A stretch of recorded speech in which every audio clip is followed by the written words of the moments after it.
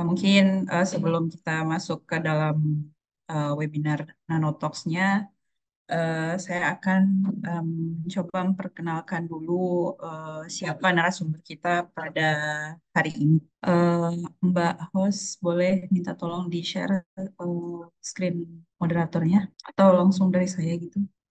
Ya, kita sapa dulu. Selamat pagi, Pak Muiz. Semoga dalam keadaan sehat.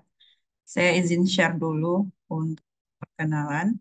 Nah, jadi tema Nanotalks kita pada pagi hari ini adalah pemanfaatan metode first principles untuk material magnetik. Dan speaker kita pada hari ini adalah Bapak Abdul Muiz Pradipto. Beliau adalah seorang dosen fisika Institut Teknologi Bandung. Nah, untuk rundown webinar hari ini, insya Allah nanti dari jam 10 sampai 10 menit ke depan itu akan berlangsung pembukaan yang sedang dilaksanakan. Selanjutnya akan ada materi dari Bapak Abdul Muiz tentang pemanfaatan metode first principle untuk material magnetik. Dan di sesi ketiga itu sesi tanya jawab dari jam 11 sampai 11.20 dan nanti ada closing statement dan nanti ada penutup. Nanti untuk pertanyaan bagi peserta yang ingin bertanya mengenai materi yang disampaikan oleh Bapak Muiz, silakan memberikan pertanyaan dengan sebelumnya menuliskan nama, asal instansi dan pertanyaannya.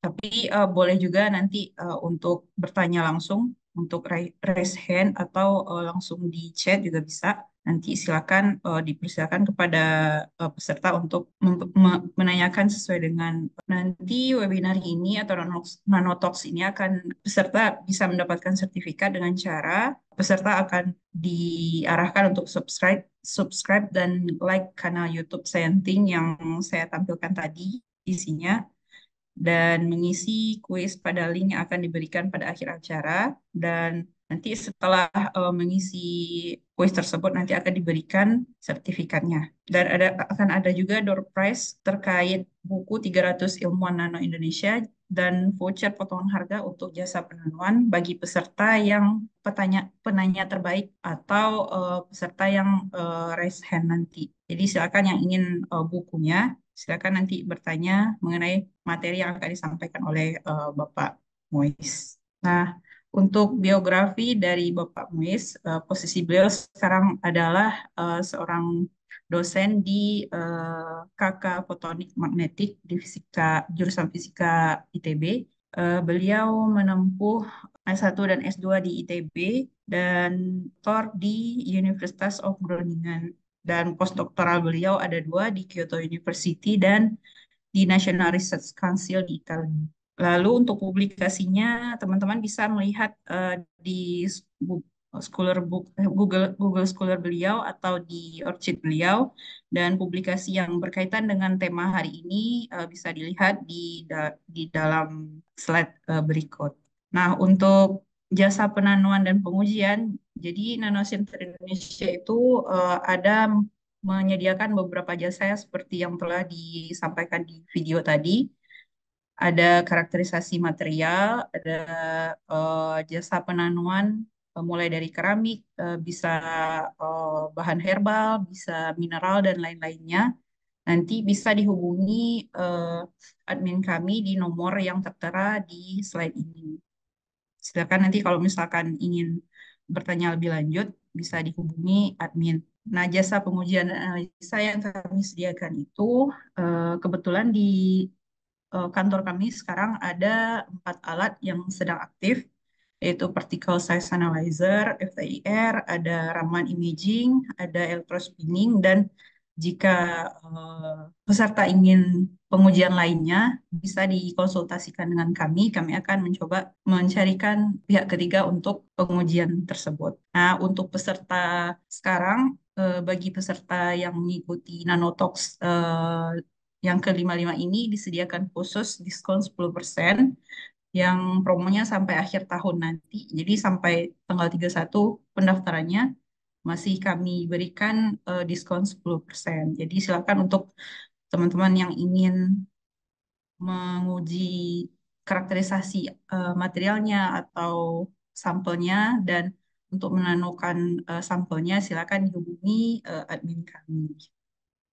Nah, untuk link absensi ini untuk mendapatkan e-sertifikat tadi, silakan nanti peserta mengisi absen, nanti akan dibagikan linknya. Setelah mengisi absen nanti, baru akan diberikan sertifikat yang terkait tema hari ini. Nah, untuk pembukaan mungkin sekian dulu dari saya. Mari kita dengarkan. Kita persilakan kepada Pak Abdul Muiz untuk memberikan sedikit pengetahuannya kepada kita terkait eh, pemanfaatan metode first principle untuk material magnetik. Kepada Pak Muiz dipersilakan.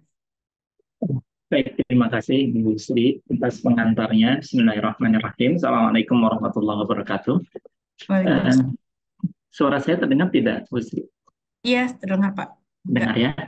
Ya. Baik, sebelumnya saya ingin mengucapkan terima kasih atas perkenalan, kemudian juga undangan dari Pak Amel, Pak Ramel, dan teman-teman di Nano Center Indonesia ya untuk berbagi dalam Nanotalk hari ini, gitu. Saya juga berterima kasih nih kepada para hadirin, rekan-rekan yang sudah hadir pada kesempatan pagi ini. Ini saya juga melihat beberapa nama yang familiar begitu. Mudah-mudahan ini menjadi salah satu ajang silaturahim kita ya. Baik, mohon izin untuk berkenalan. Nama saya,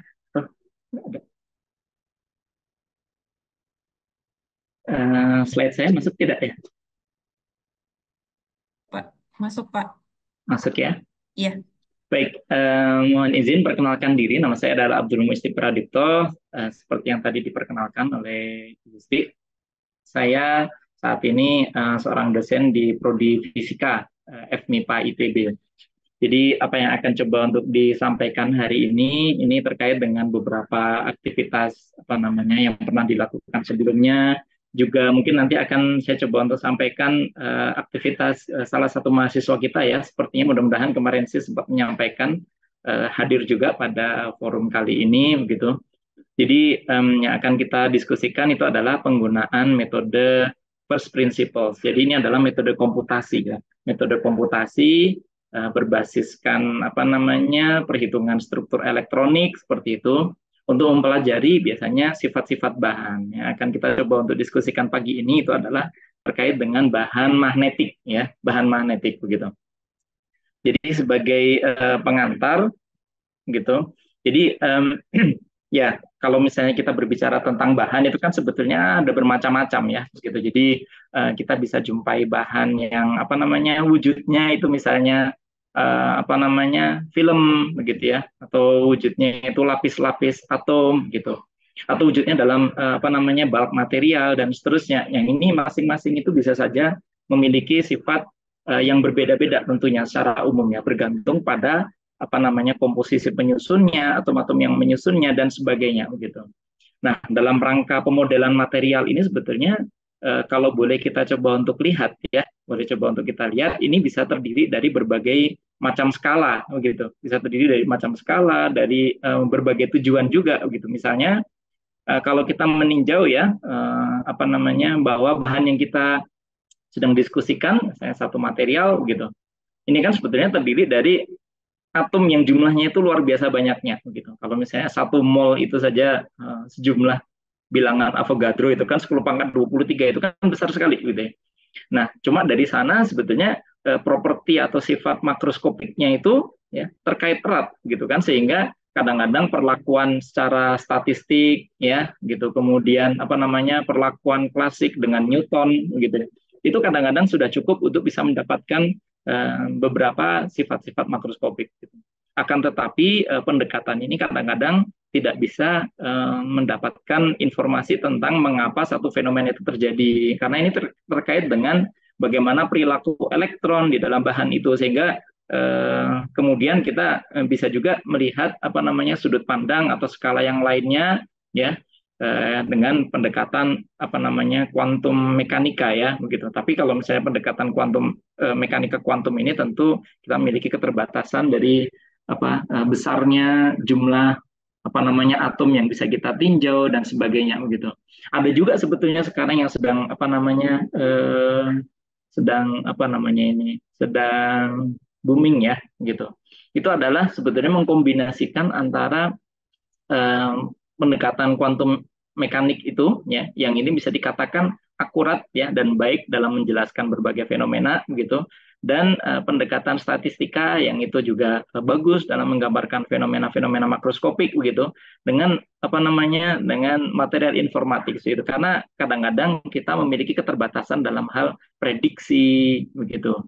Nah, jadi kalau mau prediksi ini kita mau bicara tentang machine learning misalnya artificial intelligence misalnya contohnya begitu ini kan nggak mudah ya gitu kita untuk ngajari mesin ya untuk bisa mengenali satu gambar ini gambar kucing loh ini gambar anjing loh ini gambar mobil loh gitu itu kan tidak mudah jadi ini satu pendekatan yang juga saat ini itu juga sedang booming ya dikembangkan karena ini kaitannya erat dengan tadi prediksi gitu kalau kita membicarakan tentang mekanika kuantum ya dengan keterbatasan ukuran kita.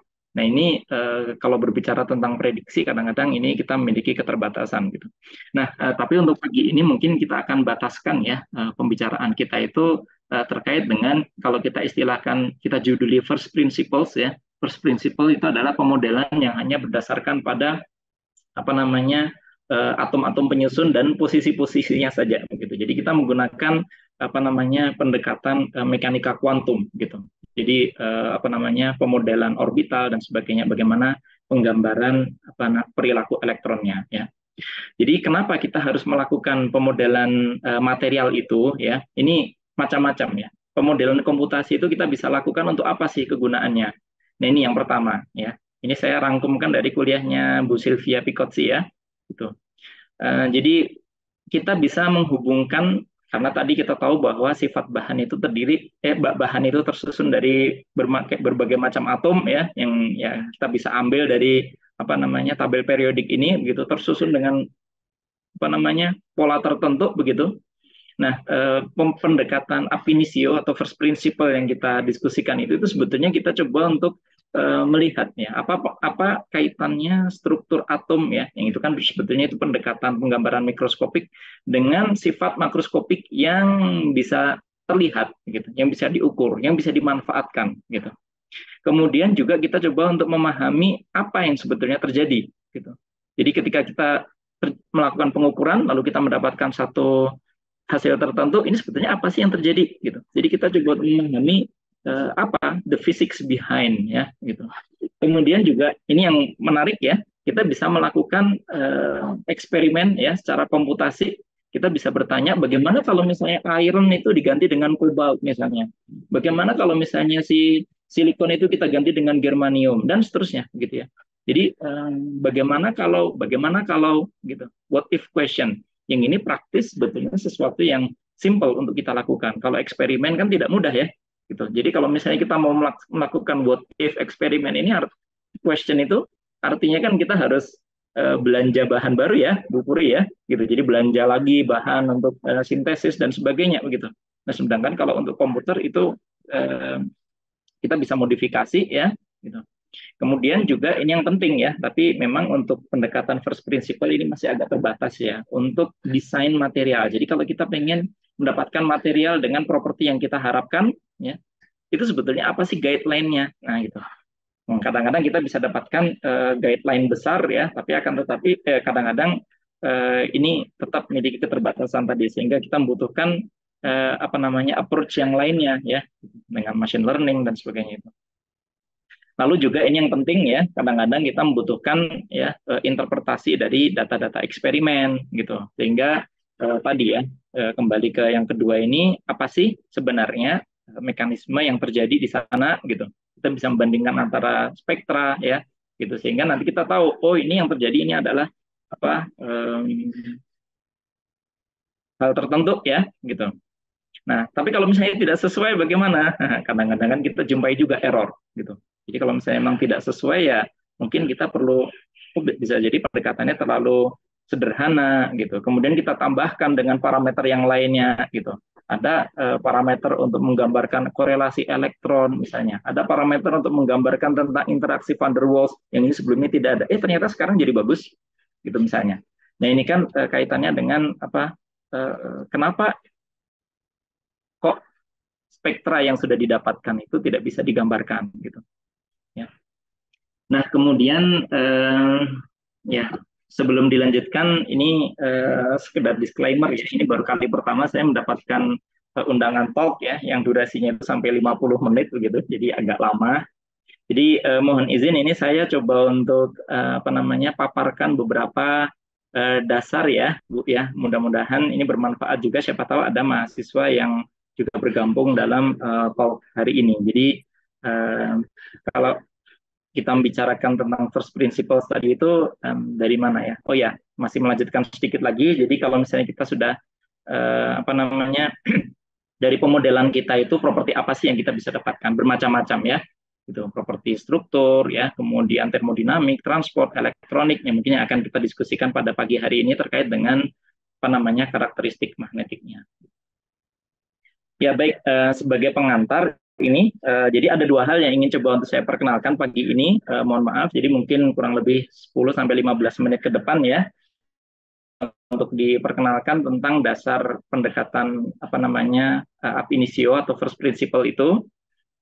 Kemudian yang kedua terkait dengan bahan magnetik itu apa, gitu. Jadi bagi Bapak Ibu yang mungkin sudah familiar, mohon maaf saya akan coba untuk kembali dari dasar tadi, begitu. Jadi ini mulai dari fisika dasar saja ya, begitu. Kita tahu ya, mungkin sekitar 100-an tahun yang lalu ya, 1 abad yang lalu, itu ada efek fotolistrik ya, itu ditemukan. Yang ini kemudian apa namanya menghasilkan hadiah Nobel ya untuk Pak Albert Einstein, begitu. Jadi ceritanya kalau misalnya kita punya bahan disinari dengan foton, begitu, ini akan bisa apa namanya bisa mengeluarkan melepaskan elektron. Ini sebetulnya gambarnya kurang akurat ya. Jadi kalau gambarnya ada 3 begini, harusnya yang keluar juga 3 begitu. Tapi anyway ya. Nah kemudian setup secara apa namanya secara sederhananya kan kira-kira seperti ini ya. Jadi kalau misalnya kita punya sampel yang kemudian disorot, ganti pointernya, disorot dengan foton ya, itu akan melepaskan elektron karena ini berada dalam tabung, elektronnya akan ditangkap ya, gitu, akan ditangkap. Nah, sehingga kemudian ada akumulasi elektron di sana, sehingga terjadi perbedaan muatan, sehingga ada arus, ya, ada arus yang kira-kira arahnya itu apa elektron akan mengalir. Bentar, ini muatan negatif ya, berarti elektron akan mengalir apa arus itu mengalir ke arah sana ya, gitu, arus itu mengalir ke arah sana. Nah, kemudian kita bisa letakkan suatu apa namanya pengatur tegangan variabel ya, gitu, yang arahnya itu polaritasnya terbalik sehingga pada pada voltase tertentu itu akan persis mengimbangi sehingga tidak ada arus yang mengalir gitu. Ini yang kita namakan sebagai tegangan henti itu ya, tegangan henti. Nah, problemnya adalah ini pada saat itu ya, ini adalah satu problem muncul ya. Ada 2 hal ya. Pertama adalah tegangan henti ini tidak terkait dengan intensitas cahaya yang diberikan, dan yang kedua ternyata tidak seluruh intensitas cahaya gitu, maaf, tidak seluruh spektrum cahaya itu bisa menghasilkan elektron yang dilepaskan, menghasilkan efek fotolistrik begitu. Nah ini kita tahu kemudian Einstein datang ya dengan hipotesa bahwa oh kalau begitu gelombang elektromagnetik itu terkuantifikasi loh, kita kenal dengan foton itu. Ya, ini satu fenomena, dan kemudian ada yang lainnya lagi.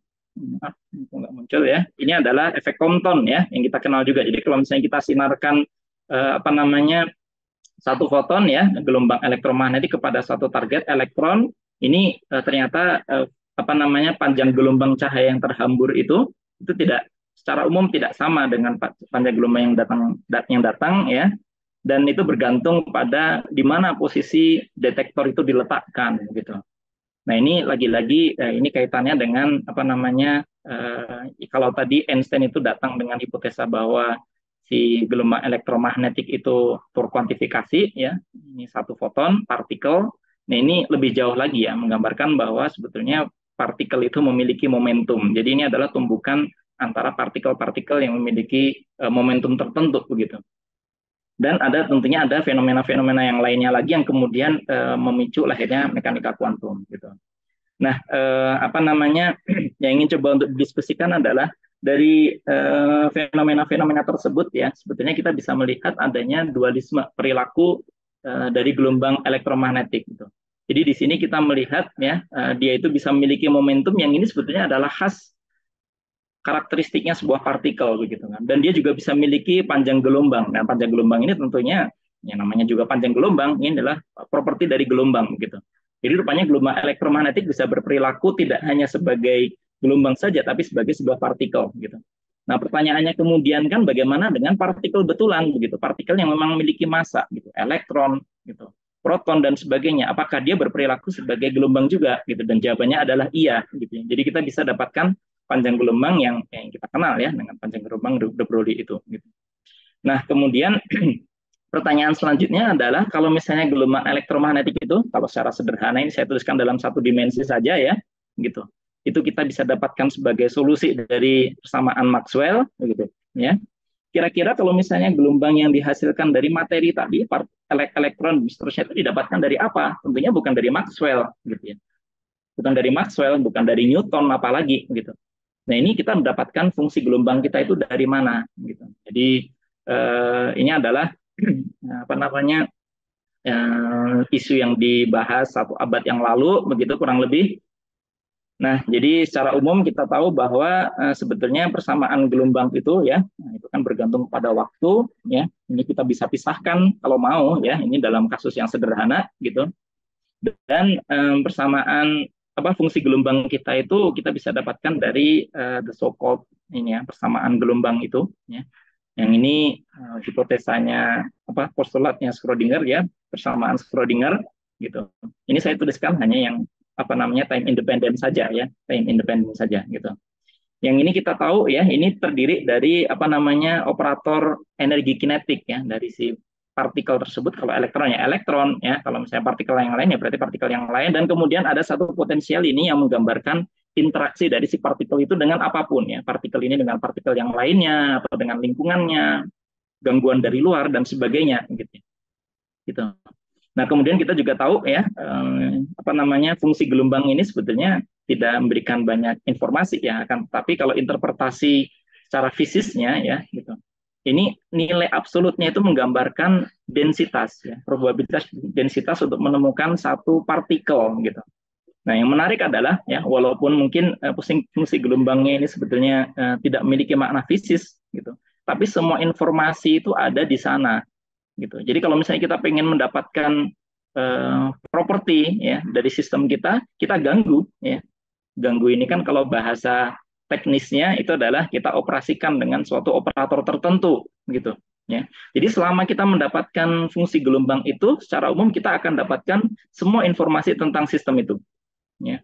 Gitu. Jadi which is good ya. Bagus kalau kita sudah mendapatkan fungsi gelombang itu.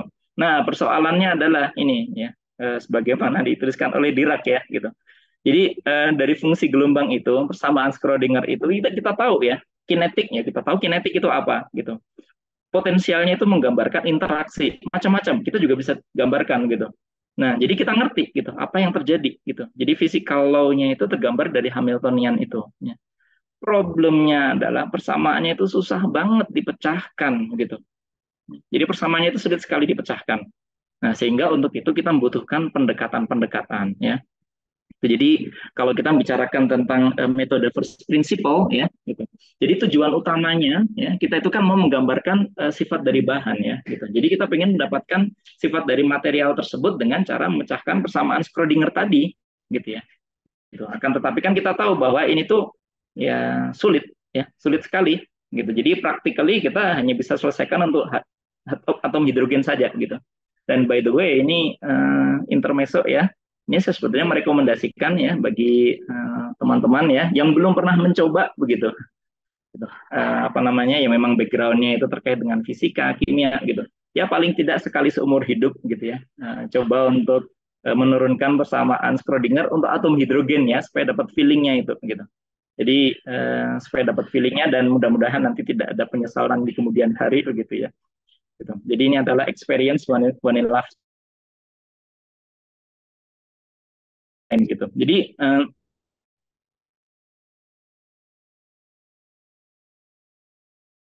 selain atom hidrogen, kita bicara 3 atom, gitu kan. Jadi luar biasa, gitu. Jadi sulit sekali kita menyelesaikan persamaan Schrödinger itu. Nah, jadi ini yang perlu kita buat aproksimasi ya, pendekatan. Ini saya tidak akan bicarakan secara teknis detail ya, tapi pendekatan yang paling utama ini. Jadi kalau kita membicarakan tentang atom ya, satu atom dan material yang kita tinjau itu pasti terdiri dari atom-atom yang tersusun tertentu ya. Ini kan sebetulnya terdiri dari inti atom dan elektron gitu. Cuma kita tahu bahwa massa dari inti itu jauh-jauh lebih besar daripada elektron. Jadi sehingga ini kita bisa pisahkan ya. Kita bisa pisahkan problemnya ya. Sehingga sekarang kita akan coba untuk pecahkan ya persoalan untuk kasus elektronik saja gitu. Karena itulah solusi yang kita dapatkan, kadang-kadang kita menyebutnya struktur elektronik ya gitu. Tapi walaupun demikian, walaupun kita sudah pisahkan ya elektron dengan inti, tetap saja ini kan sangat-sangat merepotkan ya. Kita bicara tentang misalnya air ya. Air itu kita punya 8 elektron gitu. Bagaimana memecahkan persamaan Schrödinger untuk 8 elektron, 8 partikel? Ini susah sekali ya. Sehingga ada aproksimasi yang berikutnya yang juga penting ya. Jadi kita sekarang punya satu problem ya, satu problem yang terdiri dari banyak elektron gitu. Ini sulit sekali dipecahkan. Nah, jadi kita perlu pecah problem besar ini menjadi banyak problem yang lebih kecil gitu. Yang masing-masingnya itu terdiri dari satu elektron saja. Kenapa? Kalau satu elektron saja kan masing-masing bisa kita pecahkan. Nah, ini adalah inti dari pendekatan yang kita kenal ya. Secara umum itu ada 2 besarnya, itu adalah Hartree-Fock, persamaan Hartree-Fock, kemudian dikembangkan pada metode-metode yang lainnya yang berbasis fungsi gelombang, yang ini lazim biasanya digunakan untuk molekul gitu misalnya. Kemudian juga Kohn-Sham ya. Ini menjadi dasar dan karena itu ya. Jadi karena kontribusi ini orang ini ya, Walter Kohn dan John Popov. Jadi mudah-mudahan bisa dibayangkan bahwa yang kita lakukan itu sebetulnya kita mecah problem besar menjadi banyak problem, tapi masing-masingnya itu bisa kita pecahkan ya, gitu. Problem kecil-kecil. Gitu. Nah kemudian yang ingin kita bicarakan itu adalah density functional theory ya, gitu. Sehingga tadi kita punya problem untuk satu elektron, sehingga masing-masing kita punya orbital untuk elektron pertama, fungsi gelombang untuk elektron pertama, fungsi gelombang elektron kedua dan seterusnya, gitu ya. Yang fungsi gelombang elektron itu kita kenal dengan orbital ya. Nah kemudian kalau misalnya kita membicarakan tentang material ya, nah kita bisa lakukan periodic boundary gunakan itu adalah teorema Bloch ya, itu ada periodisitas gitu, sehingga kita mendapatkan untuk masing-masing ini ya, gitu, untuk masing-masing problem tadi itu sebetulnya kita bisa pecahkan ya dalam masing-masing posisi K begitu. Jadi ini dalam zona resiprok gitu ya, zona Bilongson. Nah, ini dipecahkan dalam prosedur self konsisten. Maksudnya bagaimana? Nah, jadi ini kurang lebih ya. Kalau misalnya kita sudah untuk tinjau, ini kita pecahkan ya. Keseluruhannya itu bisa tergambar dari density of states ini. Jadi kalau misalnya kita jumlahkan ya sampai dengan level Fermi, ini kita mendapatkan berapa jumlah elektronnya gitu. Nah, akan tetapi kan sebetulnya kadang-kadang beberapa karakteristik itu bergantung pada posisinya, momentumnya ya. Ini bicara tentang sikon ya, yang kurang akurat juga karena energinya band gapnya ini terlapnya band gap ada pada posisi K yang sama begitu. Jadi ini salah satu di antara properti yang sebetulnya seperti itu ya. Nah, secara praktis tadi dari Kohn-Sham, karena kita bicarakan tentang density functional theory, yang kita lakukan itu adalah mengenerate ya density di awal ya, gitu, dengan memanfaatkan struktur ya atom-atom yang menyusun ya, kemudian kita masukkan dalam Kohn-Sham itu, kemudian kita mendapatkan solusinya energi dan fungsi gelombang. Nah, kemudian fungsi gelombangnya ini kita gunakan untuk mengenerate densitas berikutnya ya, gitu.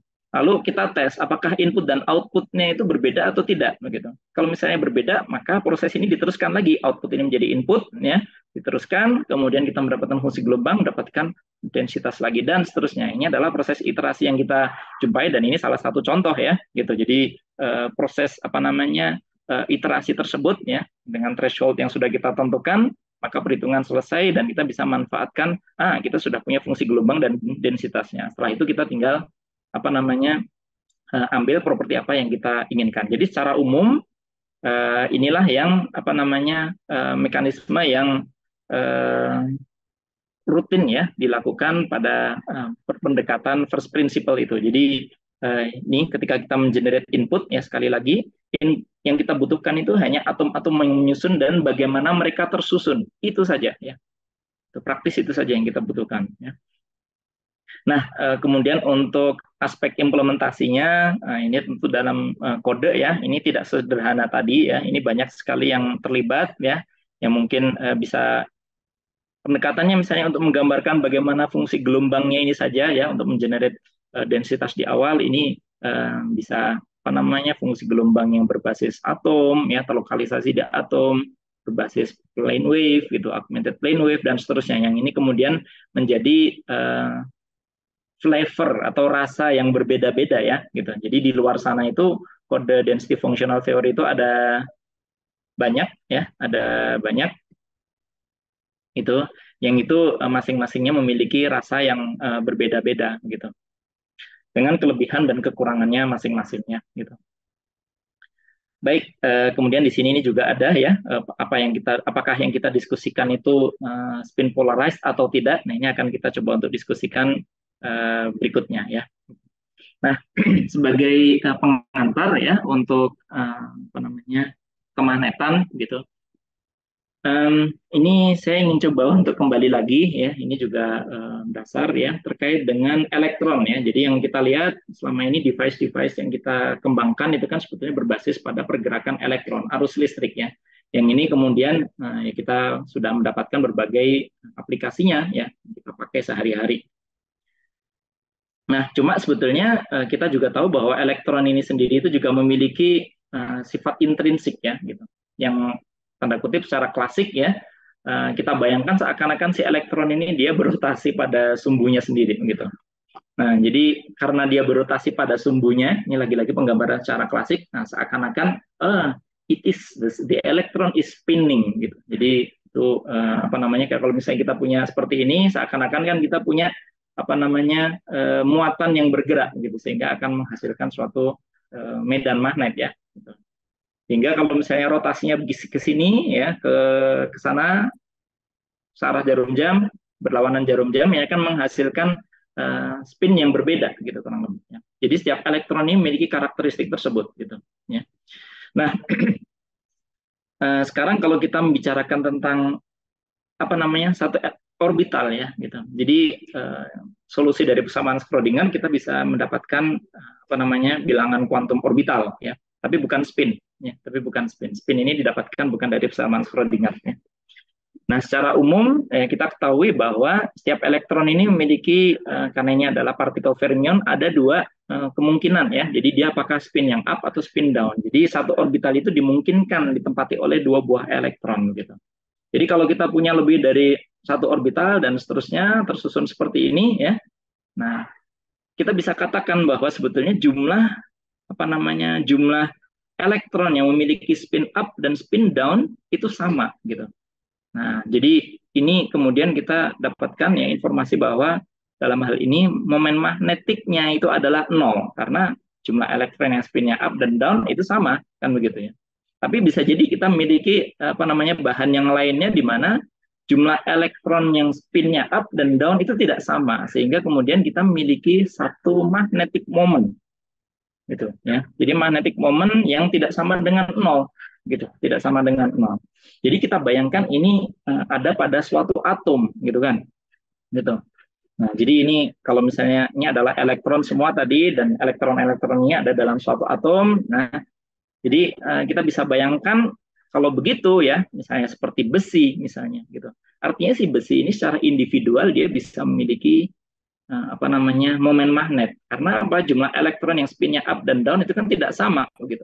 Tapi kan tentu saja, nah ini kalau misalnya kita gambarkan density of states-nya tadi ya, kalau misalnya besi, ini kalau misalnya saya pisahkan ya spin yang up dan down gitu, kita bisa lihat bahwa nanti kalau saya integralkan sampai dengan sejumlah Fermi level ini, itu jumlah yang spin yang up dengan yang down ini tidak akan sama, sehingga memang momen magnetnya itu tidak akan sama gitu. Jadi kan kita jumlahkan dari minus tak hingga sampai dengan Fermi level ini ya.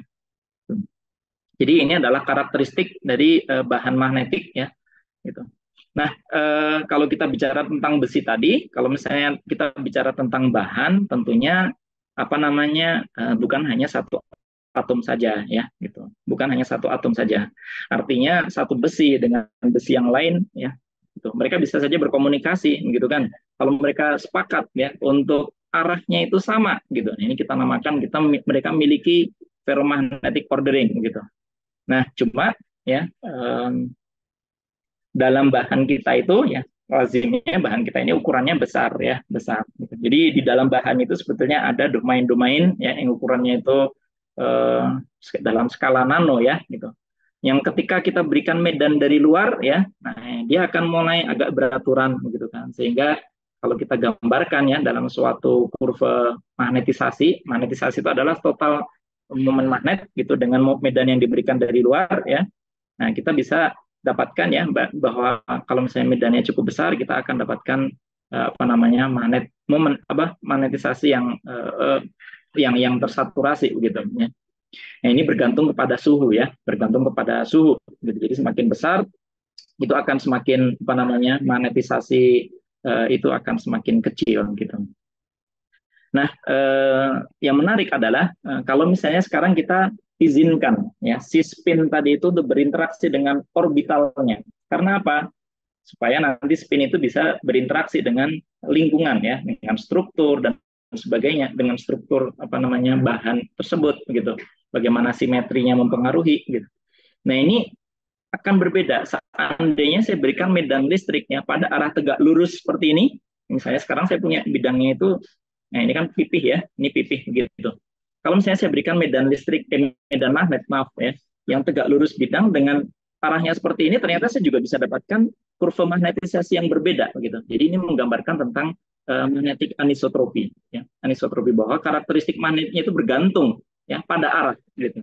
Dan ini sangat banyak dimanfaatkan ya dalam aplikasi misalnya untuk magnetic tunnel junction ya, tunnel junction.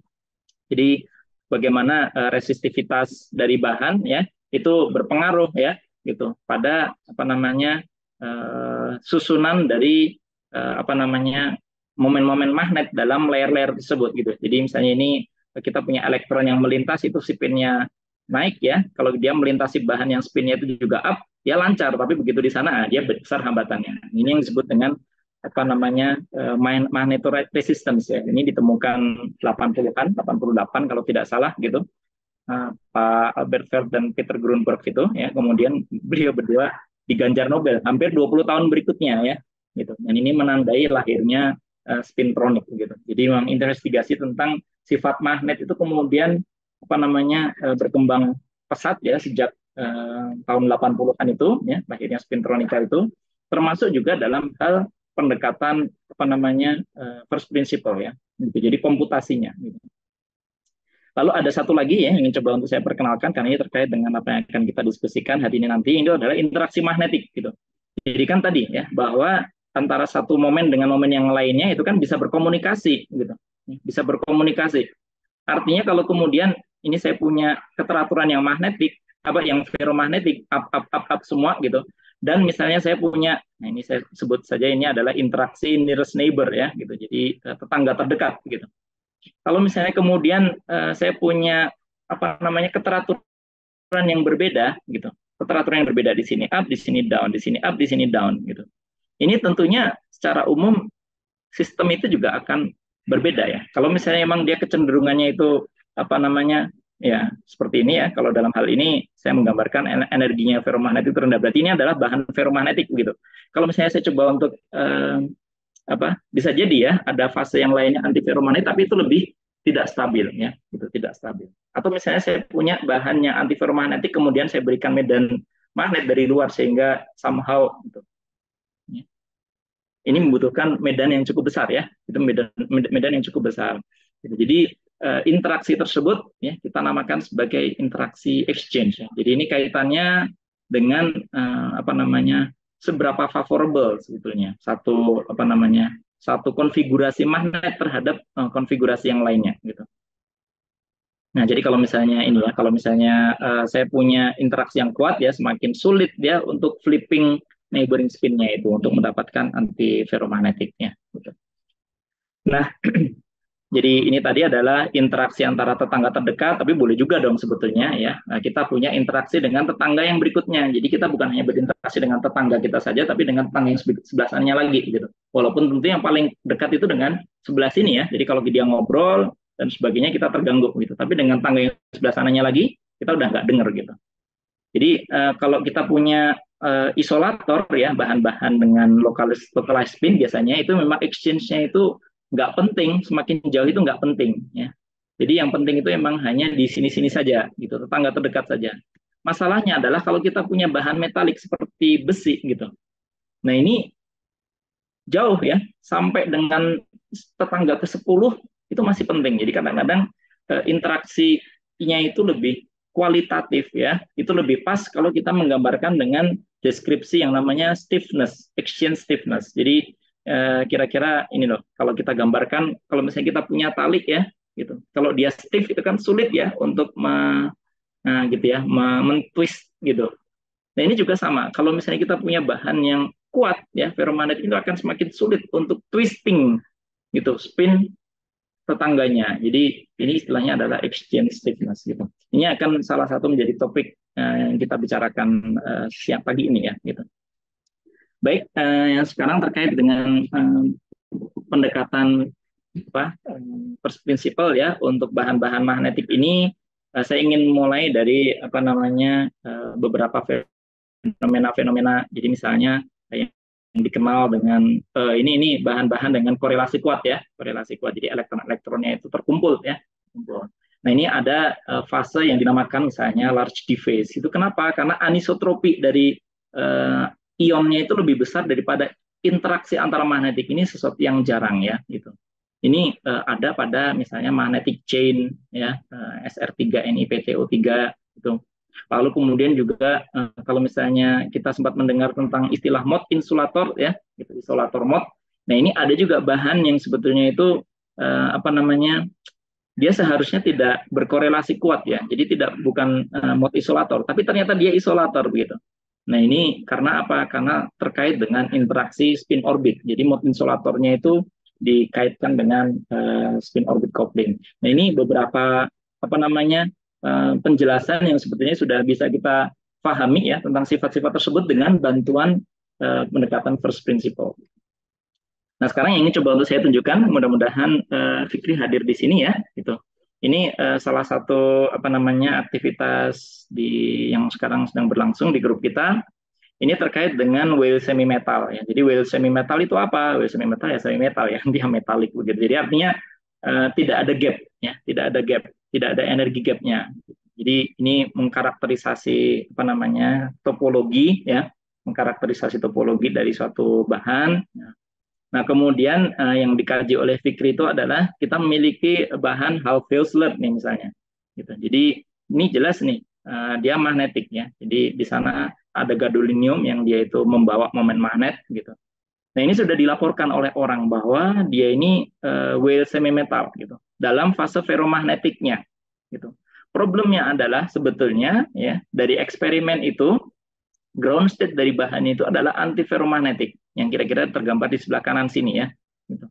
Ferromagnetik pada arah ini ya, pada arah 111 ini arah magnetisasinya itu tegak lurus dengan arah normal dari bidang ya, tegak normal dengan arah 111-nya. Jadi dia pada bidang gitu, anti ferromagnetik. Ini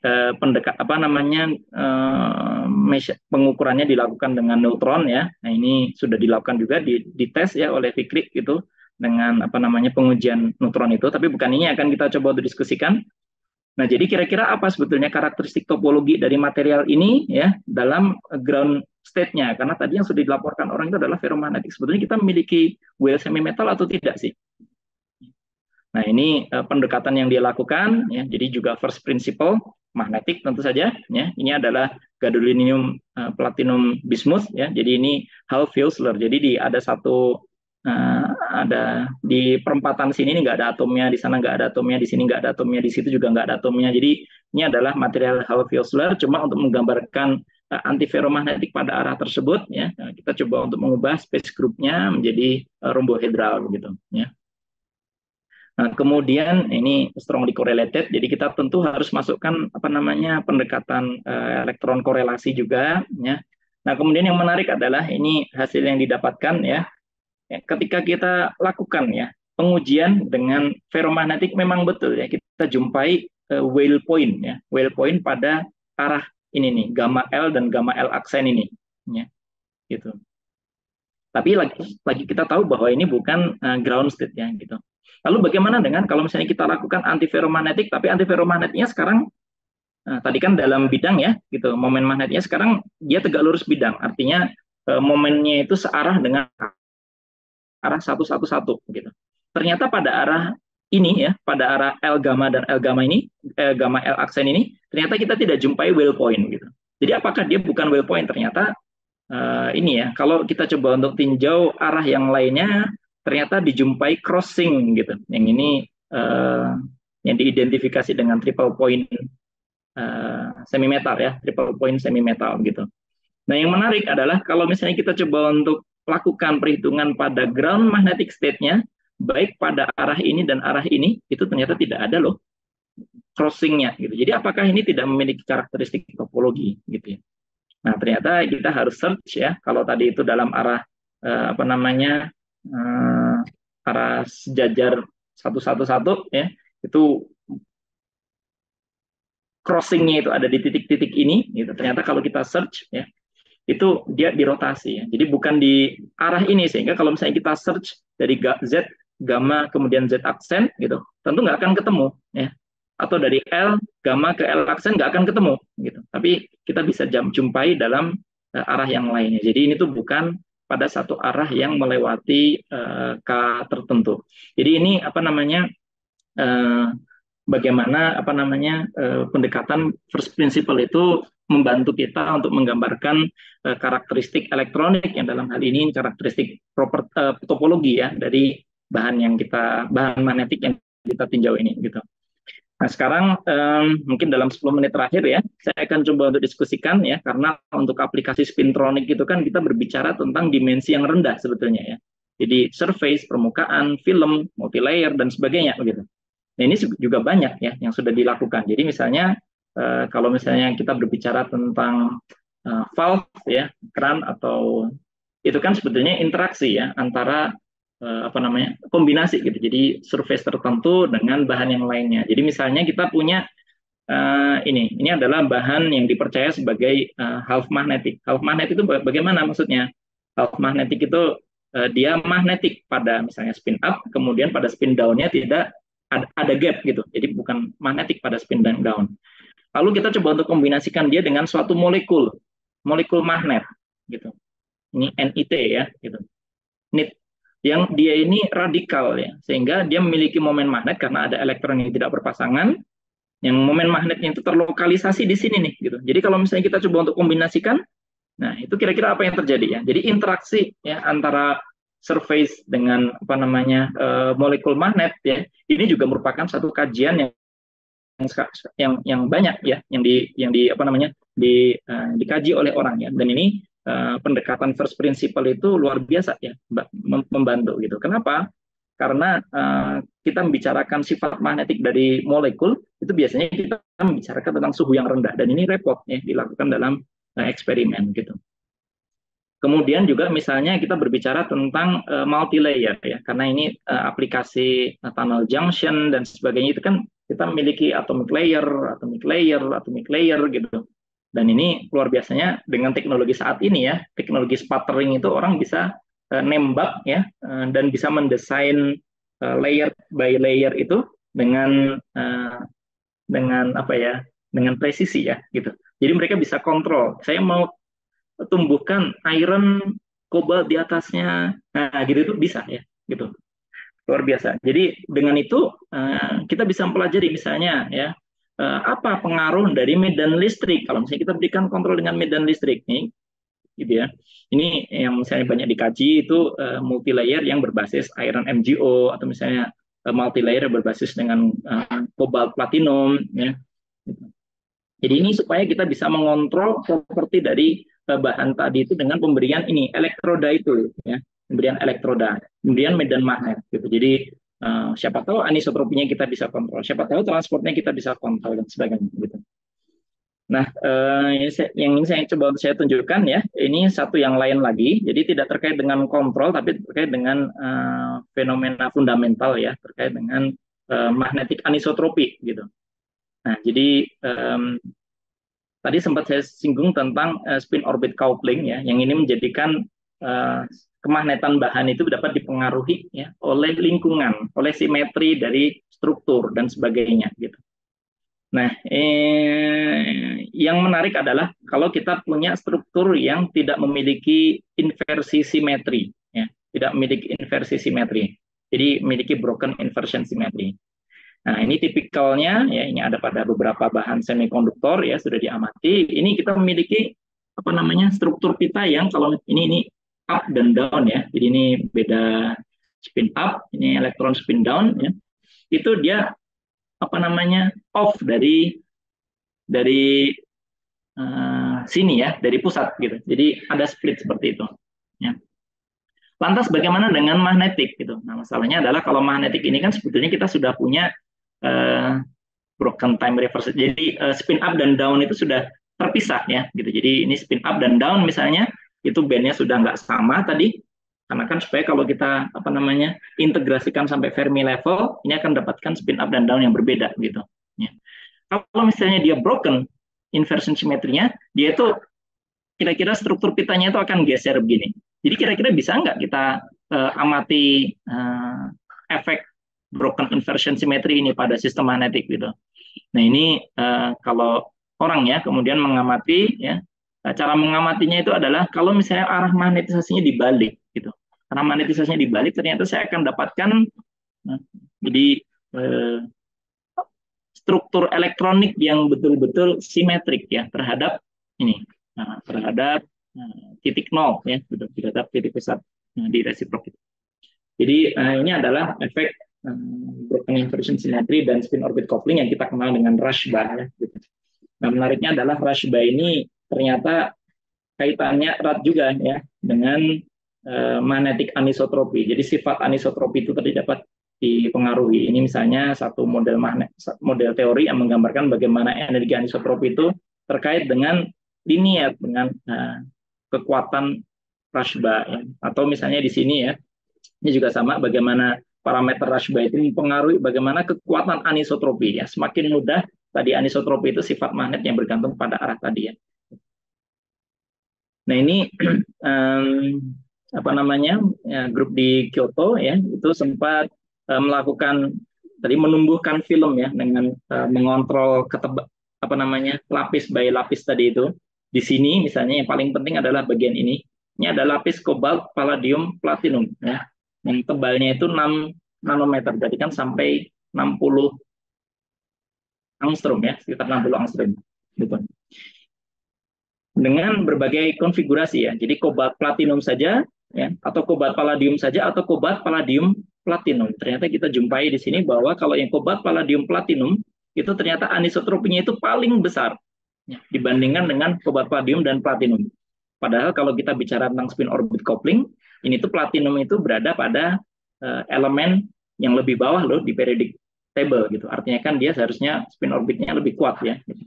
Tapi ternyata di sini malah justru anisotropinya tidak sekuat ketika saya ganti dengan platinum dan palladium. Nah, jadi ini kira-kira ya kalau efek apa namanya di ekstrak besarnya anisotropi ya parameter anisotropi kita lihat bahwa di sini tuh hampir 2 kali lipat ya besarnya itu. Nah, kita coba untuk apa namanya support ya penjelasan. Nah, tadi tujuan dari apa namanya first principle itu juga adalah kita coba untuk memahami apa yang terjadi, ya, fenomena apa fisis yang terjadi. Nah, jadi kita coba modelkan ya, kita gambarkan dengan satu buah multilayer di mana saya punya satu layer kobalt, platinum, dan palladium. That makes sense ya, gitu. Ini nggak terlalu buruk karena kalau kita melihat ini memang betul-betul bagus ya, gitu. Jadi seperti memang satu layer atom gitu.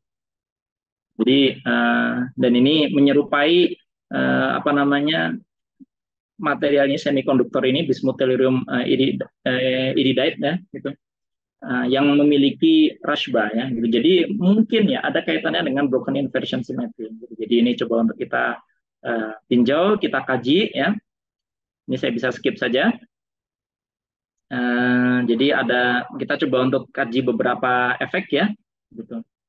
Nah, yang menarik adalah ternyata memang besarnya anisotropi ya pada bahan yang kobalt, platinum, palladium itu kaitannya erat dengan apa namanya rusaknya efek simetri. Jadi kalau kita coba untuk buat apa namanya model ya, model matematis ya. Jadi kalau misalnya sekarang energi dari anisotropi kita ini bergantung pada ini semua suku yang bergantung pada interaksi spin orbit itu kita gambarkan sebagai pembilang dan penyebutnya itu adalah energi gap ya. Ini secara sederhana ya kita bisa gambarkan ya pada positif K dan negatif K ini kira-kira berarti karena ada selisih ya pada di energi gapnya. Secara umum ya totalnya itu kita akan dapatkan koreksi ya yang itu memang lebih besar daripada satu. Artinya sistem dengan apa namanya broken inversion symmetry itu secara umum ya kita bisa dapatkan peningkatan dari magnetic anisotropi gitu.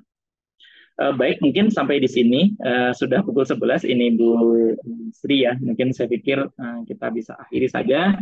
Ini ada topik yang selanjutnya tapi terkait dengan interaksi magnet tapi barangkali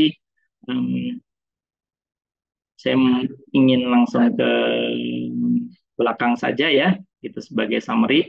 Oke. Jadi saya langsung ke sini saja deh, gitu. Karena sudah pukul 11, saya kembalikan kepada pembawa acara. Mudah-mudahan ada manfaatnya dan dalam kesempatan ini mudah-mudahan saya bisa berbagi antusiasme ya terkait dengan riset atau kajian dari satu bahan dengan apa namanya dengan pendekatan first principle ini. Itu jika ada kekurangan saya mohon maaf. Terima kasih banyak. Assalamualaikum warahmatullahi wabarakatuh.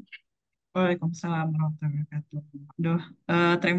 Terima kasih banyak Pak atas materi yang diberikan pada hari ini. Saya merasa tadi itu dari awal ada refresh mekanika kuantum, terus ke magnetik, di press jadi sekian menit gitu. Selanjutnya mungkin kita langsung saja ke pertanyaan yang sudah ada di chat. Oh ya, bagi teman-teman yang ingin bertanya, untuk raise hand boleh silakan.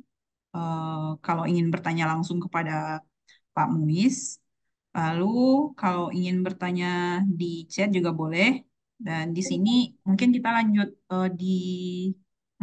menjawab pertanyaan dulu saja ya Pak. Ada dari Tristofani dari PT Surveyor Indonesia bertanya terkait rumus Schrödinger tadi. Seingat saya untuk mencari sumur potensial, apa informasi yang digunakan untuk komputasi material?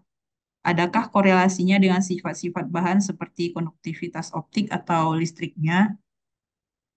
Mungkin satu pertanyaan dulu di Baik, ya, terima kasih. Ini Bapak Farid ya, atas pertanyaannya. Tristofani bukan Bapak Farid ya, siapa?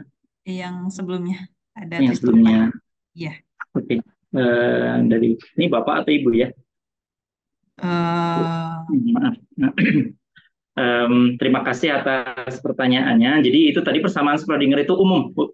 Jadi saya tidak mencantumkan bentuk potensialnya. Ya. Potensialnya tidak dicantumkan. Jadi potensial tadi seperti yang saya sampaikan itu kalau misalnya kita memiliki potensialnya itu kita memiliki sumur ya sumur lah gitu yang kita punya. Gitu. Tapi kalau misalnya kita memiliki atom hidrogen, berarti potensial kita bukan potensial kita punya potensial Coulomb gitu. Jadi U ya. Jadi potensial yang masuk dalam persamaan Schrödinger kita ya itu tentu bergantung kepada apa namanya ya potensial yang memang dirasakan oleh partikel. Jadi kalau misalnya kita bisa jadi juga nggak ada potensialnya. Jadi elektron itu nggak ada potensialnya ya. Tidak ada potensialnya. Jadi kita hanya punya energi kinetik saja. Gitu. Nah, operator energi kinetik saja yang solusinya berarti plane wave saja. Gitu. Nah, cuma kan kita bisa berikan ya syarat batas misalnya kalau misalnya kita mau pakai sumur potensial kita berikan syarat batas gitu atau bisa jadi tadi ya ada interaksi gitu dia dengan inti ya, interaksinya itu tentu adalah interaksi Coulomb misalnya gitu. Nah jadi dari sana ya ketika kita sudah mendapatkan apa namanya penggambaran potensialnya itu artinya kita semua informasi yang ada dalam hal Hamiltonian itu sudah kita dapatkan ya pada prinsipnya kita bisa selesaikan ya gitu. Pada prinsipnya ya Bu gitu. Jadi sayangnya memang mencahkan persamaan Schrödinger ini ya tadi ya tidak banyak kasus yang bisa kita selesaikan secara analitik gitu. Jadi untuk sumur potensial bisa kita selesaikan. Atom hidrogen bisa kita selesaikan dengan berbagai macam aproksimasi ya gitu. Dengan berbagai macam apa namanya ada polinomial yang kita potong pada sekian dan seterusnya gitu. Jadi seperti itu kira-kira kalau korelasinya dengan sifat-sifat bahan ya, sifat-sifat bahan ya selama tadi kita sudah mendapatkan fungsi gelombangnya ya. Nah, ini properti itu selalu kita bisa dapatkan ya dengan memberikan gangguan yang tepat ya, dengan memberikan gangguan yang tepat. Gitu. Jadi kira-kira seperti itu. Termasuk juga kalau misalnya kita mau berikan yang paling sederhana ya, kita mau berikan medan dari luar gitu. Efek Zeeman ya efek Zeeman. Jadi kalau begitu itu harus masuk dong dalam Hamiltonian kita. Itu kan berarti ada interaksi ya, gitu. Ada interaksi dari apa namanya dengan medan yang diberikan dari luar gitu. Nah ini tentu itu akan memberikan solusi yang berbeda gitu bagi partikel yang spin atau elektron yang spinnya searah dengan arah medan dan arahnya berlawanan dengan arah medan gitu. Nah ini kaitannya dengan spin up dan down tadi ya. Baik, terima kasih kepada Pak Muiz. Mudah-mudahan pertanyaan Tristofani tadi bisa terjawab dari penjelasan oleh Pak Muiz tadi. Kita lanjut ke pertanyaan kedua dari Farid. Terima kasih sebelumnya. Bagaimana metode first principle bisa menentukan jumlah spin up dan spin down dalam bahan magnet? Apakah metode ini juga dapat menentukan interaksi super exchange atau double exchange pada bahan magnet? Terima kasih, Pak. Ya, terima kasih Bapak Farid atas komentarnya. Jadi secara sederhana, kalau misalnya jumlah spin, ya, ini kita membicarakan tentang jumlah elektron dengan spin up dan down, ya. Jadi secara sederhana, tadi sempat saya tunjukkan tentang apa namanya density of states, ya, density of states. Nah, jadi ketika kita melakukan penjumlahan. Jadi density of state ini rapat ya. Kita berbicara tentang kerapatan. Jadi kalau misalnya kita coba untuk mudah-mudahan nah ini ya. Jadi kalau misalnya kita coba untuk jumlahkan ya dari untuk elektron dengan spin up kita jumlahkan dari tak hingga sampai dengan Fermi level, ini saya akan dapatkan jumlah elektron yang memiliki spin up. Nah, yang biru juga demikian ya. Kalau misalnya saya lakukan yang sama, gitu, saya akan mendapatkan jumlah elektron dengan spin down. Artinya selisih dari keduanya, ya tentu saja di sini kita tidak membicarakan tentang ya tadi penggambaran bulat ya, 5 elektron spin up, 3 elektron spin down gitu. Ya kan aslinya tidak seperti itu ya. Jadi kita bisa memiliki selisih ya, selisih apa namanya, yang itu memberikan kepada kita info tentang momen magnet ya. Nah, kemudian tentang bagaimana menentukan interaksi ya, interaksi exchange ya, baik itu super exchange, double exchange, ini juga topik yang rutin dikaji dalam menggunakan apa namanya metode first principle ya gitu. Nah, biasanya yang lazim dilakukan ya seperti yang tadi kita tunjukkan dengan Fikri tadi ya, biasanya kita akan coba untuk gambarkan ya, lebih dari satu buah momen magnet gitu. Nah, kemudian setelah itu kita bisa coba untuk lihat,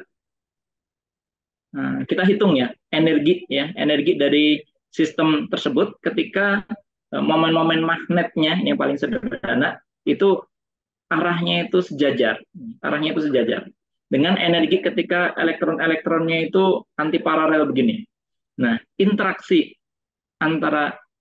exchange atau yang lain-lain ya, itu sebetulnya terkait dengan energi, selisih energi ya, antara konfigurasi elektron tersebut. Jadi itu secara prinsipal ya, hanya saja kalau kita bicara tentang exchange dalam satu bahan, kadang-kadang memang karena kan kita membicarakan tentang bukan hanya satu rantai ini ya. Jadi interaksinya bukan hanya dalam arah ini saja gitu, bukan hanya arah ini saja gitu. Tapi kan dia mungkin punya tetangga di sebelah kanan kiri, punya tetangga di sebelah atas bawah misalnya kayak gitu. Artinya penggambaran interaksinya itu kadang-kadang melibatkan lebih dari sebuah interaksi saja. Nah ini secara umum kadang-kadang ini menjadi satu constraint. Apakah kita bisa memiliki selisih energi yang cukup untuk mengekstrak semua parameter interaksi tersebut ya. Jadi secara umum ya secara prinsipnya itu dimungkinkan ya. Tapi kemudian secara teknis karena tentu saja tadi ya kita bicara tentang material yang itu tetangganya ada banyak begitu loh. Tetangganya ada banyak. Dia bisa punya tangga di kanan kiri depan belakang kan. Kita di rumah juga tangga kita bukan cuma kanan kiri ya gitu. Depan belakang kita juga ada. Cuma bedanya kalau kita di rumah kita nggak ada tetangga di atas dan di bawah ya. Gitu. Nah, jadi bagaimana ini interaksinya gitu. Nah, ini kadang-kadang kita karena si parameter interaksi ini terkait erat dengan selisih energi ya. Jadi kemudian secara teknis kita bisa nggak ya menggambarkan konfigurasi-konfigurasi sehingga kita mendapatkan selisih energi yang cukup ya untuk mendapatkan mengekstrak semua parameter interaksinya. Jadi kira-kira seperti itu. Contoh ini, kalau kita hanya punya satu rantai ya, kita kan harus punya dua keadaan ya, ferro dan antifero, sehingga ada satu selisih energi. Dari situ kita bisa dapatkan satu parameter interaksi gitu. Jadi kalau saya sekarang interaksinya ada banyak gitu. Artinya saya juga membutuhkan konfigurasi yang lebih dari hanya dua saja dong gitu. Kalau misalnya ada dua interaksi di arah sini dan kanan kiri, nah nggak mungkin hanya dengan dua keadaan saja ya saya bisa mendapatkan kedua parameter interaksi kan. Jadi kira-kira seperti itu secara teknis ya. Tapi pada prinsipnya itu dimungkinkan ya gitu. Itu kalau misalnya untuk sistem dengan spin yang terlokalisasi. Nah kalau misalnya sistem kita itu magnetik ya gitu. Yang tadi yang sempat digambarkan kalau maaf bukan magnetik, metalik ya, dia logam. Nah, kadang-kadang nih interaksinya itu bukan hanya dengan tetangga terdekat saja, tapi juga dengan tetangga yang berikutnya, tetangga berikutnya lagi dan seterusnya. Bahkan kalau misalnya dalam metal itu bisa sampai 10 tetangga ke sana ya, yang penting gitu. Jadi sulit ya kalau kita menggambarkan parameter interaksinya secara individual, sehingga kadang-kadang kita gunakan deskripsi yang lainnya lagi yang kita namakan stiffness tadi itu. Demikian. Baik, terima kasih Pak atas jawabannya. Bagaimana Mas Farid? Apakah sudah terjawab pertanyaan dari Mas Farid? Oke. Ya, terima kasih Mbak. Oh iya, oke. Selanjutnya kita ke pertanyaan ketiga dari Sheila Winwalisongo. Metode first principle apakah bisa diaplikasikan pada material lain selain material magnetik? Nah, apakah bisa diaplikasikan selain material magnetik metode ini Pak? Gitu. Iya Bu, bisa Bu. Ini lazim. Ini makanya yang kita sampaikan di sini ini memang khusus untuk bahan magnetik. Tapi secara umum bahan non magnetik, nah itu justru lebih banyak digunakan ya, lebih banyak dikaji. Jadi kita membicarakan tentang semikonduktor yang tadi sempat saya gambarkan. Ini kan struktur pita energi untuk misalnya silikon yang kita kenal dengan baik ya, kita lazim kenal. Nah, misalnya mana ini? Nah ini ya, silikon ya kita bisa menggambarkan loh, misalnya bagaimana karakter band gap-nya gitu. Berapa sih pita energi? Nah, ini kurang baik sebetulnya, karena kan silikon itu kan sebetulnya sekitar 1 ya band gap-nya itu. Ini non magnetik jelas gitu, tapi ini lebih kecil. Nah ini problem yang sudah kita ketahui bersama tentang DFT ya, tentang dia itu terlalu istilahnya itu underestimate ya, underestimate band gap, jadi terlalu kecil sehingga memang membutuhkan koreksi ya. Gitu. Tapi pada prinsipnya ini dimungkinkan penggambaran karakteristik semikonduktor ini gitu. Kemudian karakter indirect band gap-nya kan juga bisa kita dapatkan gitu. Nah ini apa namanya, ini contoh yang apa yang lazim kita kenal ya gitu dari buku-buku teks zat padat juga gitu. Nah akan tetapi selain ini ya tentu saja ada banyak ya untuk molekul ya gitu. Nah, dan di awal dulu ketika metode first principle itu dikembangkan itu kan sebelum ada di density functional theory dulu itu masih dengan Hartree-Fock dan sebagainya ya. Itu dipakai untuk misalnya melihat sebetulnya jarak antara atom hidrogen dalam molekul H2 itu berapa sih? Nah, itu bisa dicoba untuk digambarkan. Itu kita tidak bicara tentang sifat magnetik ya. Gitu. Jadi artinya ini bisa berbagai apa namanya sistem, berbagai material ya untuk apa namanya untuk digambarkan ya. Barangkali seperti itu. Oke. Eh, jadi jawabannya bisa ya Pak. Tidak ada masalahnya. Uh, uh, Mungkin sudah terjawab ya Mbak Sheila.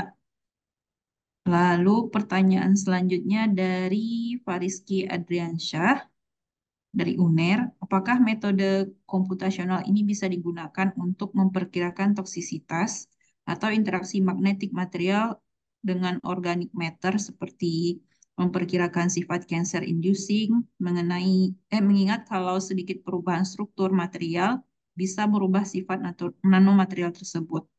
Oh, ini terkait ke organik, Pak. Tadi kan kita membahas tentang untuk semikonduktor. Nah, ini dia menanyakan, Mas Fariski menanya tentang memperkirakan toksisitas di organic matter. Mungkin terkait dengan pertanyaannya sendiri, saya topiknya apa namanya kurang familiar, Pak. Mohon maaf. Jadi terkait dengan toksisitas kemudian cancer inducing itu. Tapi secara umum begini, karena pertanyaannya itu adalah apakah kita bisa mengkaji perubahan struktur material itu terhadap perubahan properti. Seperti itu bukannya? Jadi kalau terdapat perubahan struktur gitu, karena satu hal gitu, karena misalnya ada penambahan doping, karena ada pemberian apa namanya gangguan dari luar dan sebagainya gitu. Apakah mempengaruhi struktur? Nah, jadi structural property relation itu ya, itu memang juga apa namanya banyak dikaji, walaupun kadang-kadang kalau untuk hari ini ya, untuk hari ini sekarang kita bukan hanya memanfaatkan tool first principle ini, ya, tapi juga kadang-kadang kita sekarang sudah memanfaatkan tool yang lainnya, yaitu tool informatics ya. Jadi apa namanya machine learning. Jadi kita beberapa ekstrim ya kita hitung, kita lihat bagaimana propertinya atau diukur bisa jadi ya gitu. Nah kemudian kita membuat apa namanya kita lakukan. Jadi misalnya kayak semacam tree ya kita memiliki diagram itu ya. Jadi apa yang terjadi di tengah-tengah itu. Nah ini kalau ini tidak apa namanya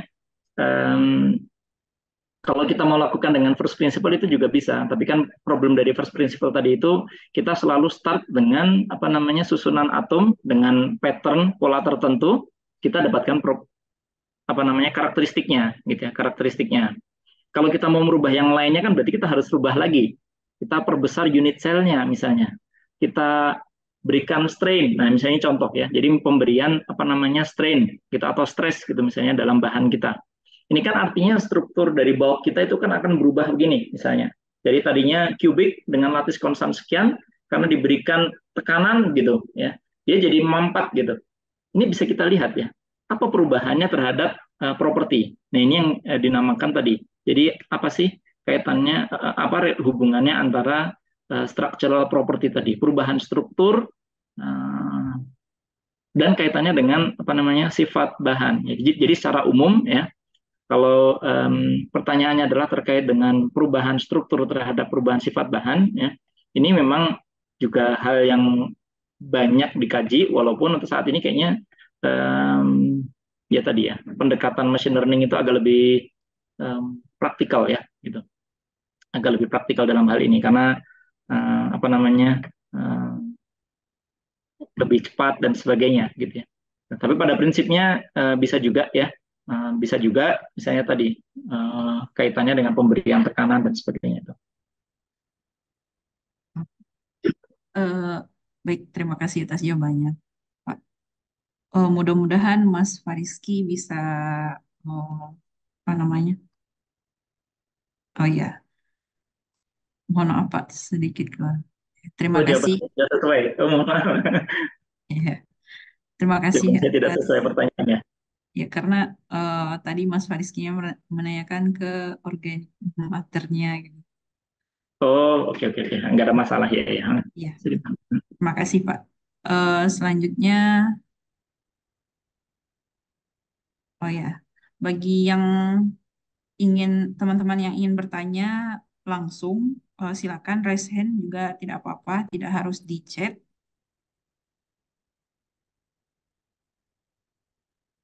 Ah, oke, mungkin dari saya kali ya Pak.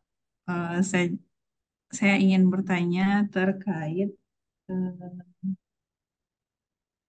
nah, mungkin saya dulu kuliahnya nggak terlalu dalam sampai ke sini ya Pak. Jadi tadi first principle itu Bapak menyatakan kalau metode itu hanya meninjau atom-atomnya atau dari atomic structure-nya. Nanti apakah saat eh, interaksi antar masing-masing molekulnya berubah, itu kan spin orbit couplingnya juga bisa berubah, gitu Pak. Itu bisa ditinjau juga dari first principle tadi ya Pak. Iya, Bu. Oh, iya. Ya, secara umumnya itu akan berubah ya. Jadi struktur berubah. Ini Hmm. banyak juga kalau misalnya di teman-teman di kimia, ya jadi pelajari formula kimia yang sama, tapi konfigurasi kan ada istilah cis dan trans. Saya pernah dengar itu ya. Itu kan sebetulnya rantai begini, yang satu begini, ya kakinya, yang satunya kakinya ke atas gitu. Ini kan berarti juga berbeda apa namanya berbeda struktur. Ini juga akan memberikan sifat yang juga berbeda gitu. Yang ini sesuatu yang juga lazim dibahas. Dan ini kalau boleh ini Bu Sri, ini saya ingin coba untuk sapa ini di audiens ini saya melihat ada beberapa teman-teman ini ada Mas Aulia Sukma ini. Nah ini beliau quantum chemist tulen ya, quantum chemist tulen. Nah, mudah-mudahan juga bisa menambahkan kalau misalnya ada yang perlu ditambahkan Mas.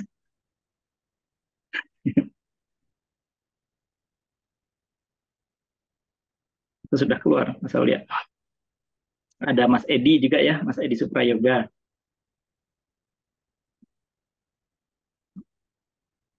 Ini Oke, para guru-guru kita ini. ya terima kasih Pak. Oh ya, selanjutnya apakah ada materi yang akan oh ya ada yang raise hand Pak. Mbak Marisa, silakan Mbak Marisa. Oke, Assalamualaikum warahmatullahi wabarakatuh. Waalaikumsalam Waalaikumsalam. warahmatullahi wabarakatuh. Ya, selamat siang Pak Muiz. Selamat siang.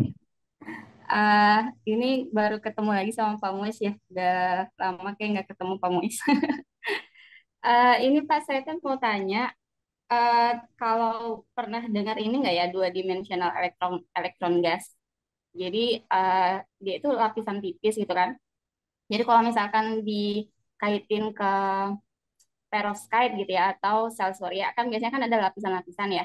Nah, kalau di lapisan tipis ini nih, saya tuh pengen tahu apakah pernah nih Pak Muiz menghitung gitu ya. Jadi efek permukaan dari satu lapisan gitu. Jadi yang dilihat itu adalah bagaimana sih efek permukaan itu dengan antar permukaan itu berinteraksi gitu. Terus atau misalkan permukaan dengan atas gitu ya, dengan udara gitu tuh bagaimana interaksinya.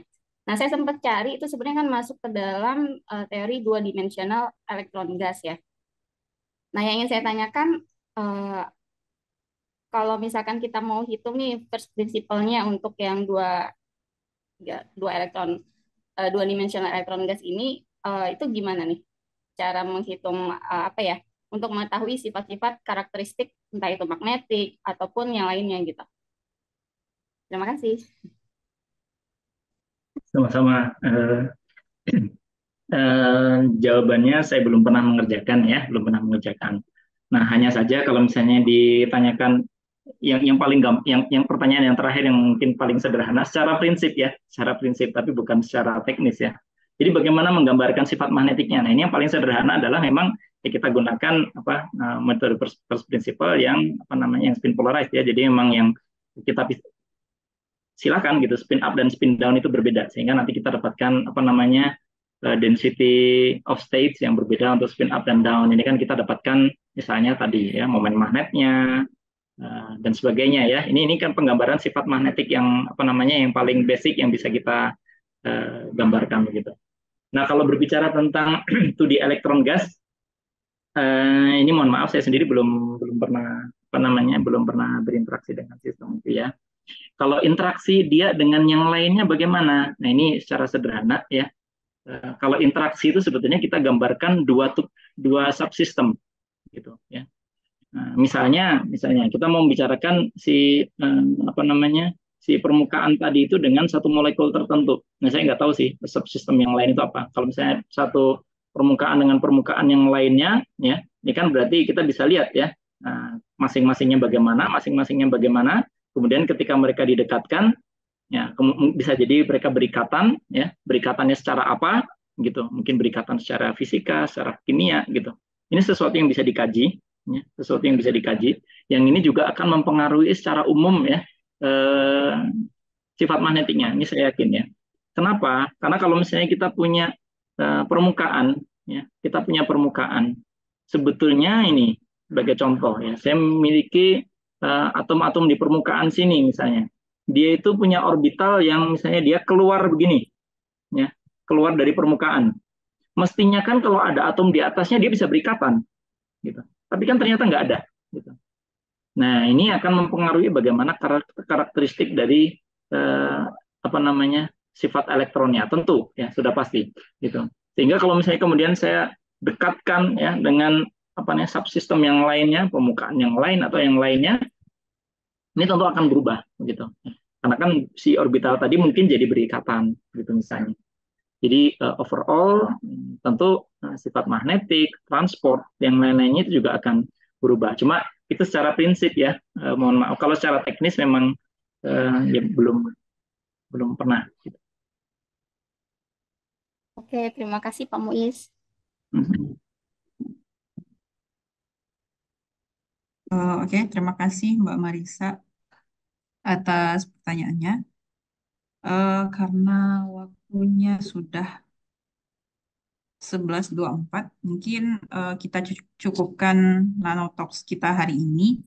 Mudah-mudahan dengan apa yang disampaikan oleh Pak Muiz tadi bisa menambah wawasan kita terkait komputasi di bidang magnetik gitu.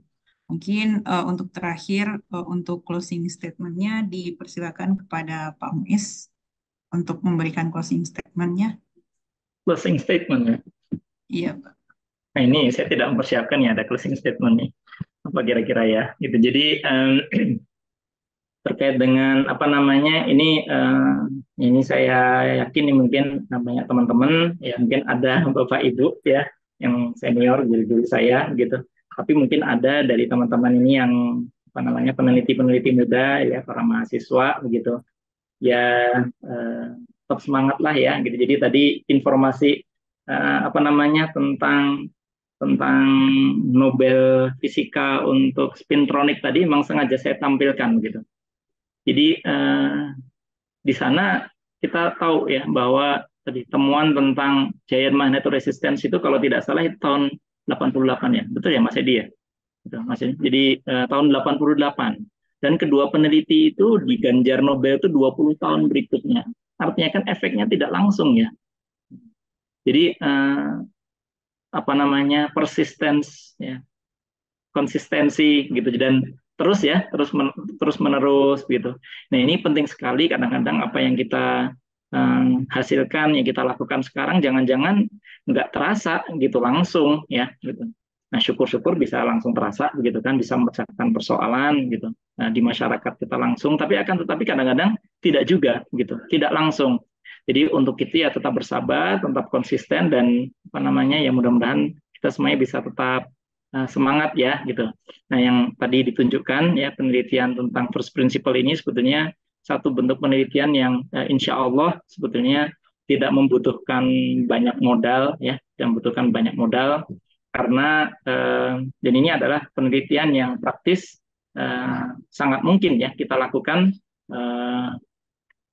ya para peneliti apa namanya pemula gitu yang mungkin apa namanya dengan keterbatasan fasilitas dan yang lainnya. Jadi itu sesuatu yang apa namanya mudah-mudahan bisa menyemangati kita ya gitu bahwa kontribusi ilmiah kita itu bisa tetap kita lakukan gitu. Barangkali itu Bu Sri, ini mohon maaf ini tidak disiapkan adanya closing statement seperti ini ya. Terima kasih Pak atas closingnya.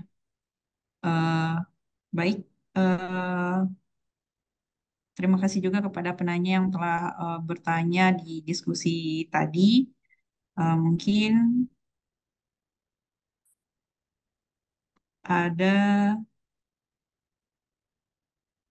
door prize untuk seorang penanya yang disediakan oleh tim kami. Saya mohon izin share screen-nya, Pak.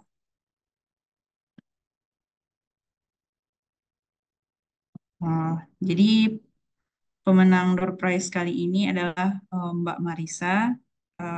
Jadi nanti silakan menghubungi admin kami untuk mendapatkan buku 300 Ilmuwan Nano. Saya juga ingin mengulang kembali, jadi kita Nano Center Indonesia menyediakan jasa pengujian dan karakterisasi. Jika ada peserta yang ingin melakukan karakterisasi sampelnya atau pengujiannya atau penanuannya, kita memberikan diskon 10% khusus untuk peserta Nanotalks hari ini. Baik, silakan nanti para peserta mengisi absensi untuk mendapatkan sertifikat dan info kami bisa dicari di YouTube Scienting, ada Instagram juga, ada Nano Center dan Scienting Indonesia, bisa di website kami dan juga bisa hubungi kami di email cs@nano.or.id gitu. Mungkin itu saja dari saya. Mohon maaf jika ada kesalahan. Mari kita tutup acara Nanotalks ini dengan bacakan hamdalah. Dan terima kasih atas kedatangan dari Pak Muiz yang telah memberikan wawasannya kepada kita semua. Mudah-mudahan apa yang disampaikan beliau menjadi tambahan ilmu bagi kita gitu. Mungkin untuk Pak Muiz, silakan untuk melanjutkan aktivitasnya kembali. Terima kasih atas kedatangannya, Pak. Baik, terima kasih. Mohon maaf semuanya atas semua kesalahannya. Assalamualaikum. Terima kasih. Waalaikumsalam warahmatullahi wabarakatuh. Baik, sekian dulu untuk acara Nanotalks kali ini. Silakan teman-teman yang belum mengisi absensi untuk mengisi absensi dan selamat melanjutkan aktivitasnya masing-masing. Saya izin untuk end meeting